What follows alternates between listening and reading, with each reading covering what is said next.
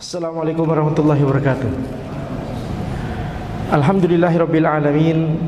Wassalatu wassalamu ala sayyidina Muhammadin wa ala alihi wa sahbihi ajma'in. Amma ba'd. Kita lanjutkan insyaallah pembahasan dari kitab Aina nahnu min akhlaqis salaf, di mana kita dari akhlaknya para ulama generasi terdahulu, di mana kita sampai pada bab yang ke-13, as-salafu wal jihadu fi sabilillah. Bagaimana para ulama generasi terdahulu terhadap jihad di jalan Allah Subhanahu wa taala. Sebelum kita membahas bab ini, maka wajib bagi kita untuk mengetahui bahwa jihad itu ada dua jenis. Jihad itu ada dua jenis. Yang pertama adalah jihad yang syar'i, jihad syar'i atau jihad yang masyru', jihad yang disyariatkan. Yang kedua, jihad yang tidak syar'i, tidak masyru', yakni jihad yang batil. Ini ada dua jenis jihad. Para ulama telah menjelaskan mana jihad yang bisa disebut sebagai jihad syar'i dan mana jihad yang itu merupakan kebatilan atau bahkan penyimpangan. Maka kata para ulama, untuk membedakan antara keduanya, kita harus mengetahui syarat-syarat suatu jihad disebut jihad syar'i. Ini pembahasannya sebenarnya ada di kitab fikih, di bab jihad. Nah, para ulama membuat bab khusus untuk masalah jihad. Ya. Dalam rangka apa? Salah satu tujuannya supaya kaum muslimin tidak mengalami atau tidak terjatuh kepada salah paham dalam masalah jihad. Salah paham dalam bab ini bahaya besar. Ya, akan menyebabkan tertumpahnya darah yang tidak boleh ditumpahkan. Kemudian rusaknya harta yang tidak boleh dirusak. Bukankah kita melihat di zaman ini, ya khususnya di zaman ini, yakni banyak sekali aksi-aksi, ya yang kata mereka disebut jihad, akan tapi ini sebenarnya adalah jihad yang batil, bahkan penyimpangan. Mereka melakukan misalkan bom bunuh diri, atau ya menembaki, atau segala macam bentuk, yakni yang mereka anggap itu sebagai jihad, akan tetapi ini adalah kebatilan dan bahkan penyimpangan. Makanya judul kajian pada malam ini kita beri judul merasa berjihad tetapi tersesat.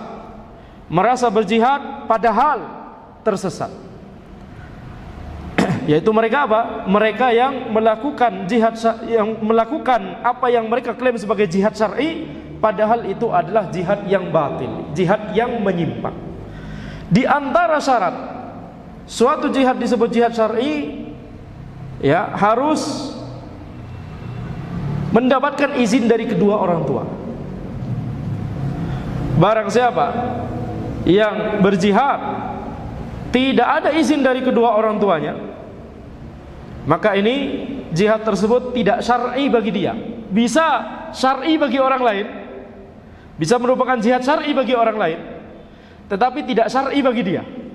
Kenapa? Tidak mendapatkan izin atau dia tidak minta izin kepada kedua orang tuanya. Nah, sekarang kita lihat banyak sekali kasus-kasus yang terjadi di zaman ini, yang melakukan apa yang mereka klaim sebagai jihad. Mereka salah arah seperti itu biasanya setelah, yakni entah bergaul, salah pergaulan begitu ya, salah ngaji, salah kajian, kemudian mulai menjauhkan diri dari orang tua, ya apalagi menganggap orang tua sendiri kafir, kemudian mengatakan pemerintah taghut. Ini diantara syubhat yang mereka yakni miliki. Maka di sini kita lihat salah satu syarat sebuah jihad disebut jihad syar'i bagi orang tersebut adalah orang tersebut harus mendapatkan izin bagi atau izin dari kedua orang tuanya. Iznul walidain, izin dari kedua orang tuanya. Kemudian syarat berikutnya, tentunya tidak semua syarat kita bahas sekarang karena yakni itu pembahasannya di ilmu fikih. Akan tapi kita bahas di sini dua syarat saja yang itu krusial untuk kita bisa memahami mana yang jihad syar'i dan mana yang tidak. Baik. Yang kedua, jadi kita cukup bahas 2 poin saja. Karena kita harus masuk ke kitab ya. Ini anggaplah muqaddimah sebelum kita masuk pada bab ini. Syarat yang kedua adalah mendapatkan izin dari ulil amri. Iznu waliyil amr. Lebih bagus lagi bukan cuma sekedar izin tapi perintah dari ulil amri. Makanya yang namanya jihad syar'i itu adalah jihad bersama pemerintah, bukan melawan pemerintah.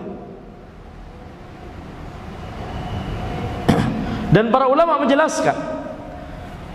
Kita langsung ambil contoh yang bisa memahamkan. Misal, ketika sebuah negeri muslim diserang oleh orang kafir. Contoh misalkan Indonesia zaman dahulu diserang oleh orang-orang kafir menjajah kita, betul tidak? Belanda, Jepang. Kemudian kita mempertahankan diri, ada pemimpin di antara kita. Bisa jadi di zaman Belanda dulu mungkin kerajaan-kerajaan begitu ya. Misalkan kaum muslimin, kerajaan Islam, ada pemimpinnya, ada rajanya, kemudian raja menggerakkan, ayo kita lawan ini, ada penjajah, orang kafir.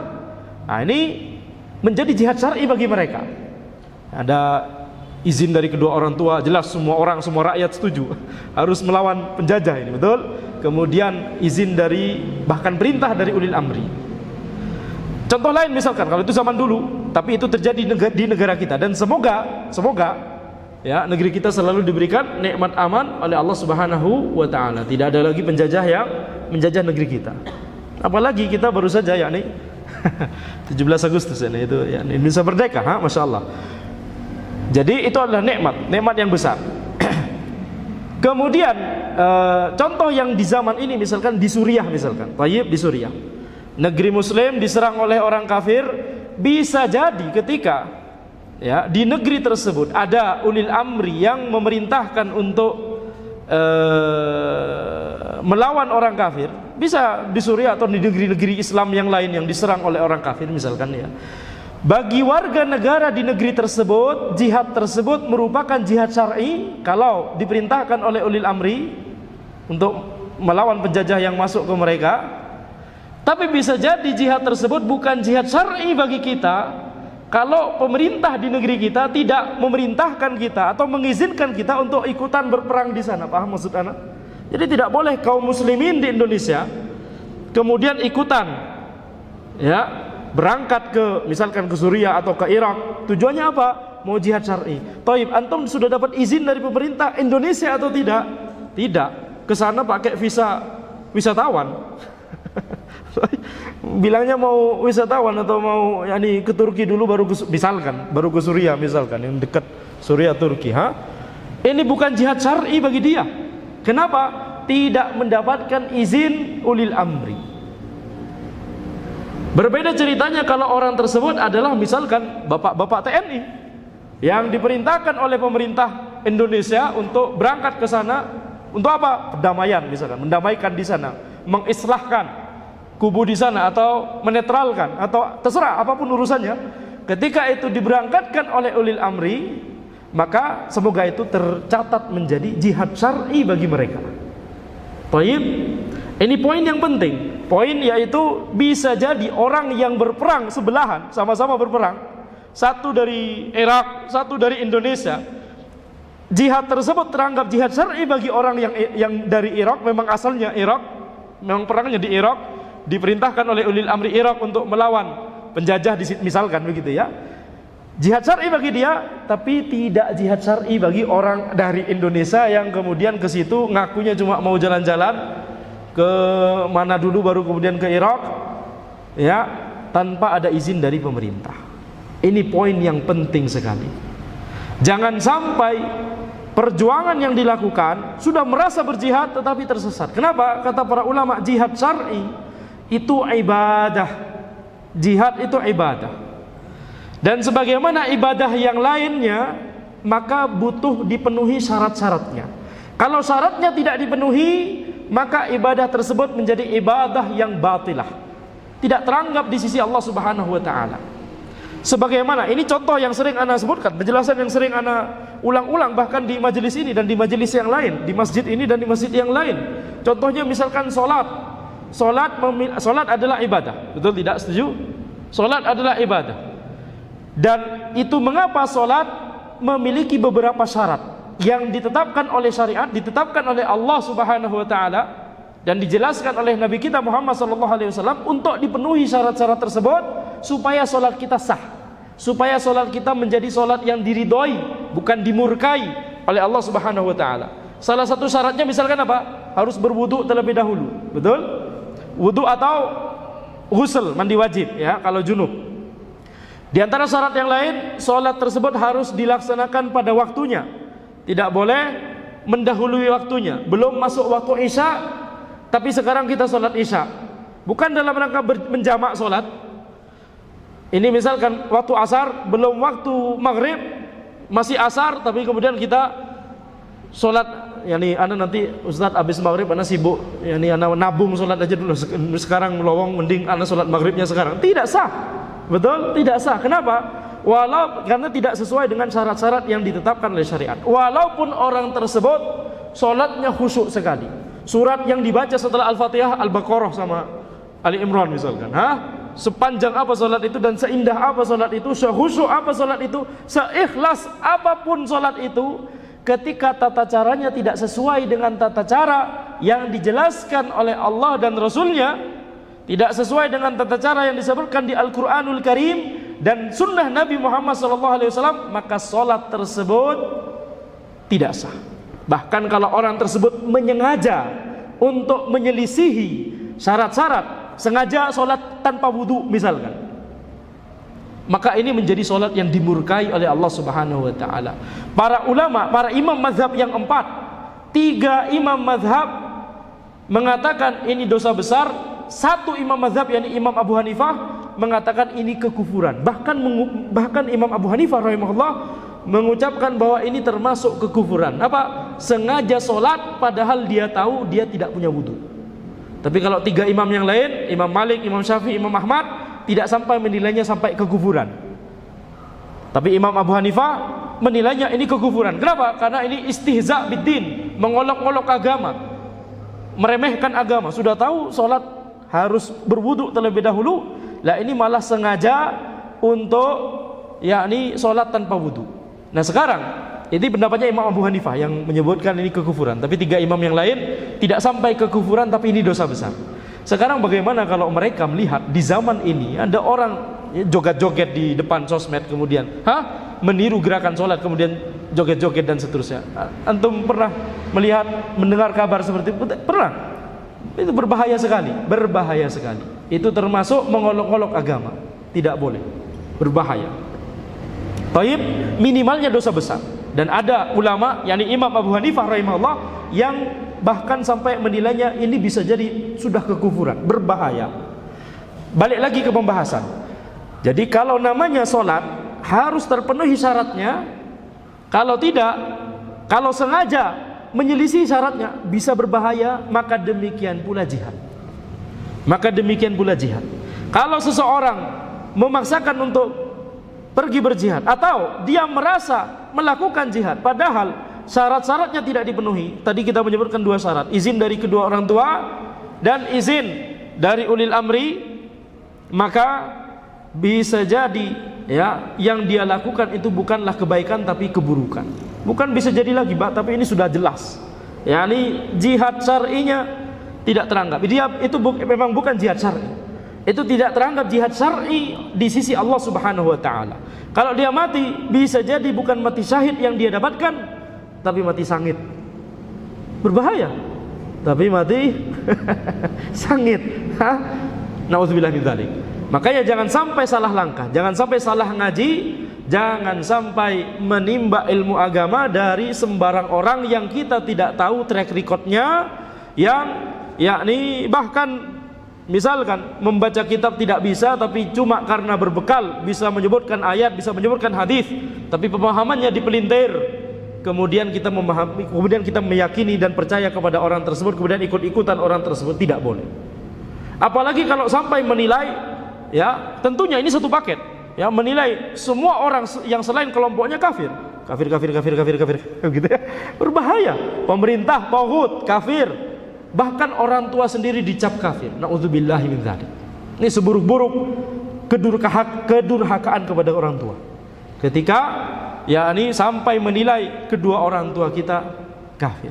Nauzubillahi min dzalik. Maka ya jangan sampai seseorang itu yakni dia salah langkah, salah arah, dan inilah penyebab dari atau konsekuensi dari kejahilan, kebodohan dalam masalah agama, berbahaya. Kebodohan dalam masalah agama, yakni tidak tahu dalam masalah agama, tapi yakni tidak mencari ilmunya terlebih dahulu tapi langsung beramal, tidak menuntut ilmunya terlebih dahulu tapi langsung bertindak, maka ini bisa menyebabkan kerugian terutama di akhirat, tapi juga bisa kerugian di dunia. Contoh kerugian di dunia yang tadi, ya, nyawa orang melayang begitu saja, itu orang tua dari orang lain atau anak dari orang lain nyawanya dihilangkan begitu saja tanpa hak oleh orang tersebut, berbahaya. Bagaimana nanti pertanggungjawabannya di akhirat? Ya, pemerintah yang yakni tentunya pemerintah pasti namanya manusia, tentunya ada kekurangan dan kelemahan, tapi kemudian kalau misalkan dicap tauhid padahal bisa jadi tidak kafir, berbahaya, bisa berbalik kepada diri sendiri, betul tidak? Nyawa tanpa hak ditumpahkan, kemudian harta yang tidak boleh dirusak, harta negara, harta kaum muslimin, harta orang lain tersebut mencari nafkah kerja keras, cuma kemudian oleh kita, bukan oleh kita ya, oleh mereka ya, dibom dan seterusnya, berbahaya, tidak boleh. Ini zalim kepada orang lain. Bagaimana nanti pertanggungjawaban di akhirat? Baik, setelah kita memahami muqaddimah tersebut, ya, mari kita masuk ke dalam bab ini insyaallah taala. An Hammad bin Salamah haddatsana Ali bin Zaid an Ibnu al-Musayyib qala aqbala Suhaib muhajiran. Dari Hammad bin Salamah telah meriwayatkan kepada kami Ali bin Zaid dari Ibnul Musayyib, beliau berkata, Suhaib Ar-Rumi, seorang sahabat yang berasal dari Romawi.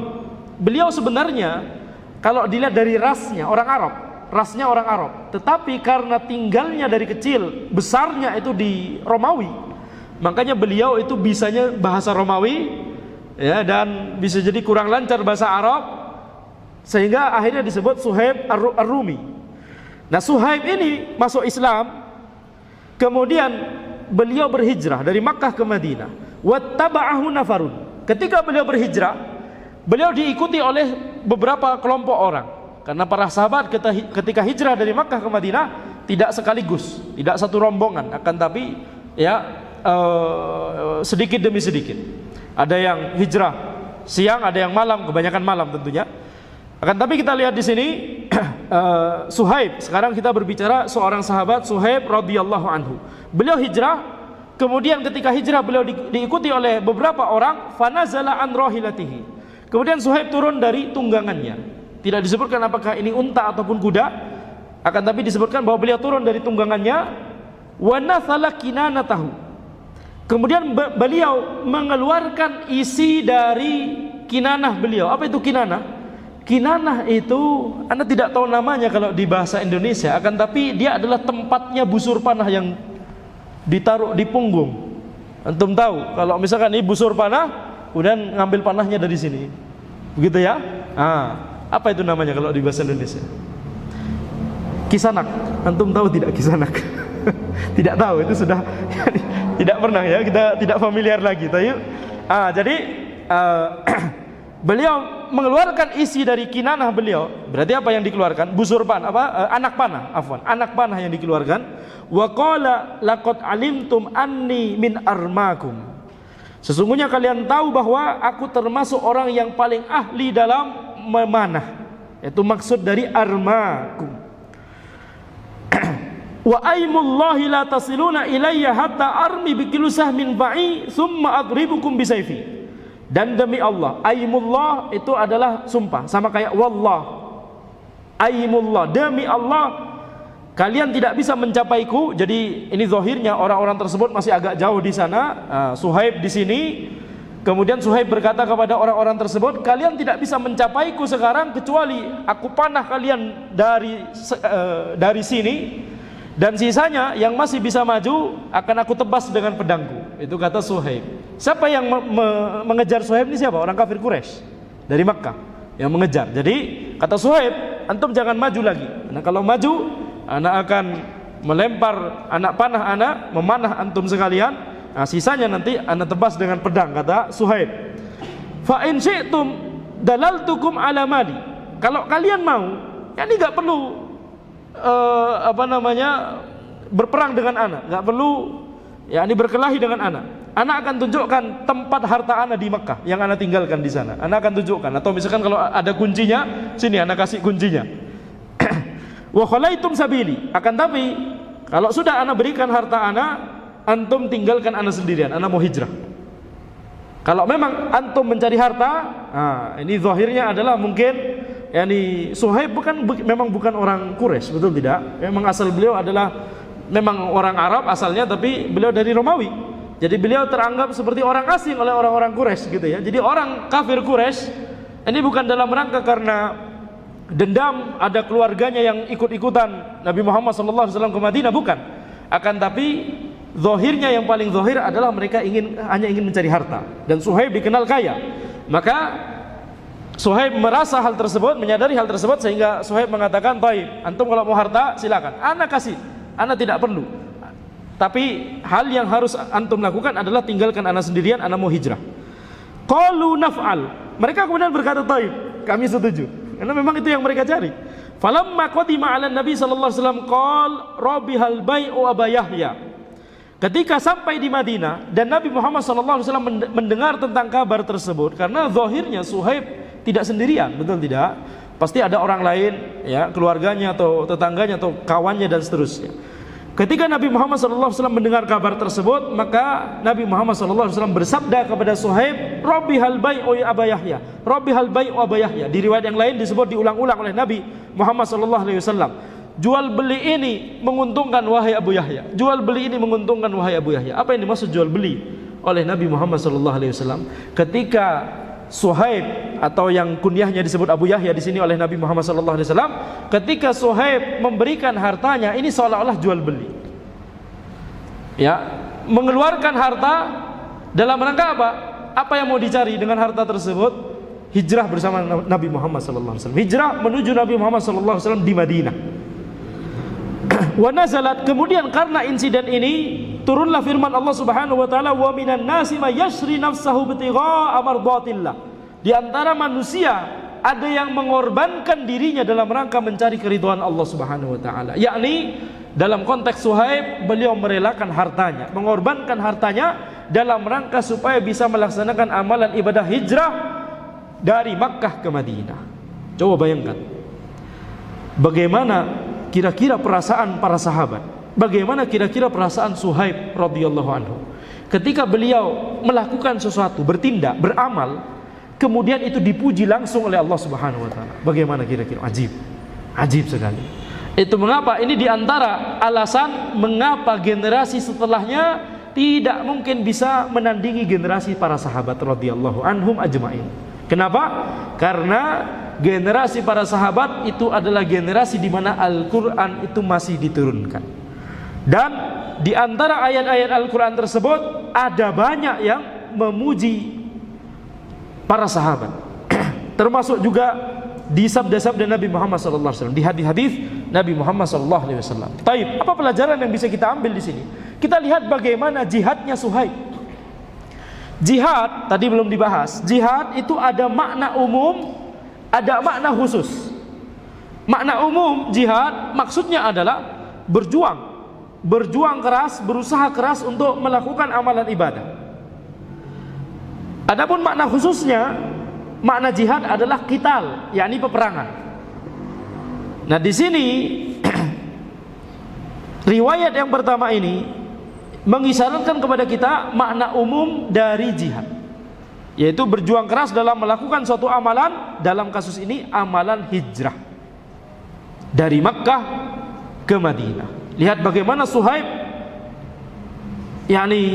beliau merasa ikhlas, ridha dan rela dan ringan sekali dalam mengorbankan seluruh harta beliau, memberikan seluruh harta beliau. Ana tidak membutuhkan harta ana di Makkah, silakan antum ambil itu semua. Yang ana inginkan hanya hijrah dari Makkah ke Madinah. Ya, ini susah sekali. Dan itulah mengapa para sahabat adalah para sahabat, mereka adalah mereka. Taib, orang-orang yang terpilih, yang dipilih oleh Allah Subhanahu wa taala untuk membersamai Nabi Muhammad sallallahu alaihi wasallam, untuk berjuang bersama Nabi Muhammad sallallahu alaihi wasallam. Baik, kemudian riwayat yang kedua, wa anil Waqidi haddatsana Abdullah bin Nafi' an abihi an Ibnu Umar radhiyallahu anhuma qala. Ibnu Umar berkata, ra'aitu Ammaron yaumal Yamamah ala sahratin wa qad asrafa yasih ya ma'syaral muslimin aminal jannati tafirrun.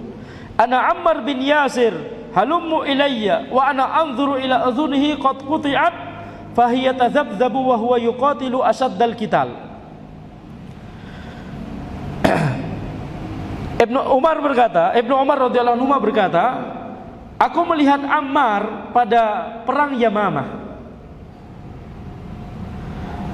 Pada perang Yamamah, Ammar ini naik ke atas batu kemudian berteriak, wahai segenap kaum muslimin, wahai sekalian kaum muslimin, aminal jannati tafirrun, apakah kalian lari dari surga? Apakah kalian kabur dari surga? Yakni jangan kabur dari medan perang. Ayo kita tetap hadapi ya orang-orang kafir. Aku adalah Ammar bin Yasir, kata Ammar bin Yasir. Halummu ilayya. Ayo kalian mendekatlah kepadaku. Yakni zahirnya adalah mengajak para sahabat untuk maju lagi melawan orang-orang kafir. Kemudian Ibnu Umar berkata, dan aku melihat telinganya telah terputus. Fahiya tadzabzab, ya sudah goyang-goyang. Wa huwa yuqatilu ashaddal qital. Dan Ammar bin Yasir tetap berperang ya dengan sangat dahsyat.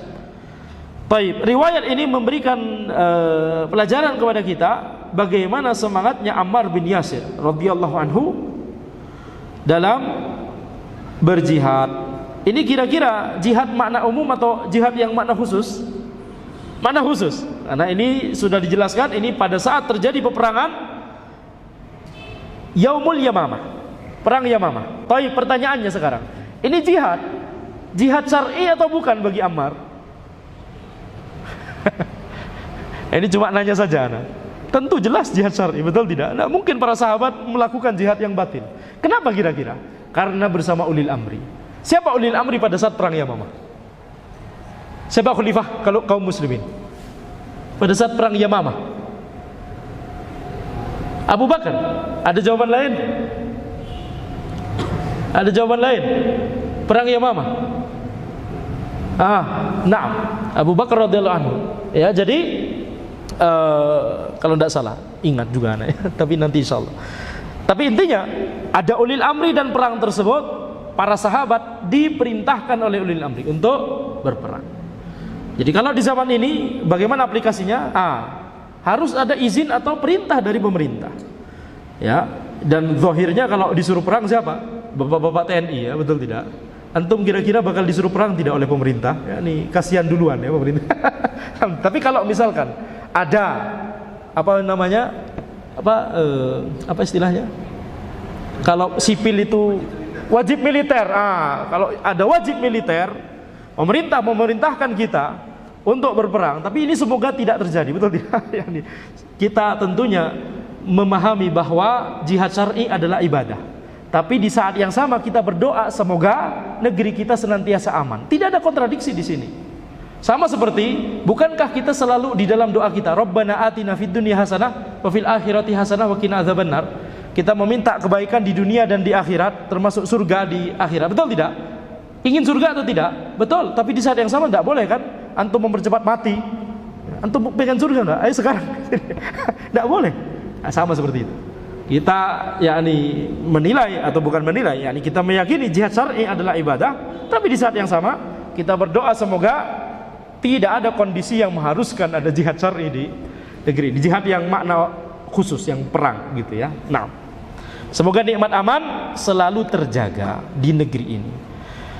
Taib. Kemudian satu riwayat lagi insyaallah, wa qala Ibnul Jauzi fi tarjamati Sa'ad bin Khaythamah yukna Aba Abdillah. Ibnul Jauzi berkata tentang biografi Sa'ad bin Khaythamah. Sa'ad bin Khaythamah, hafalkan ini, anaknya namanya Sa'ad, bapaknya namanya Khaythamah. Yukna Abu Abdillah, yang memiliki kunyah, Sa'ad ini memiliki kunyah, si anak memiliki kunyah Abu Abdillah. Ahadu nuqaba'il Ansar al-ithna ashar, salah satu pemimpin Ansor yang 12. Nabi Muhammad SAW ketika Bai'at Aqabah yang kedua, perjanjian Aqabah yang kedua, beliau menunjuk 12 orang dari Ansor untuk menjadi pemimpin bagi kaum mereka masing-masing di kalangan Ansor. Ya, kalau tidak salah 9 mungkin ya, kalau tidak salah ingat. 9 dari Khosraj, suku Khosraj, dan 3 dari Aus.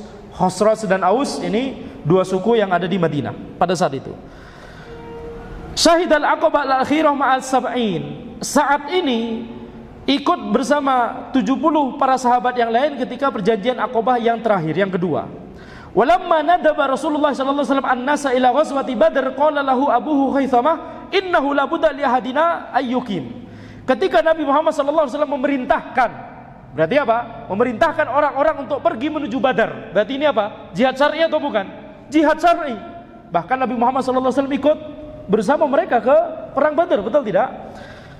Ketika Nabi Muhammad SAW memerintahkan para sahabat untuk pergi menuju perang Badar, yang awalnya tidak ada niat perang, cuma niat untuk mengambil harta di karavan dari orang-orang kafir Quraisy, itu awalnya nggak ada niat dari awal sebenarnya untuk perang, tapi baru setelah di sana baru menyadari kondisinya bahwa tampaknya ini akan terjadi peperangan.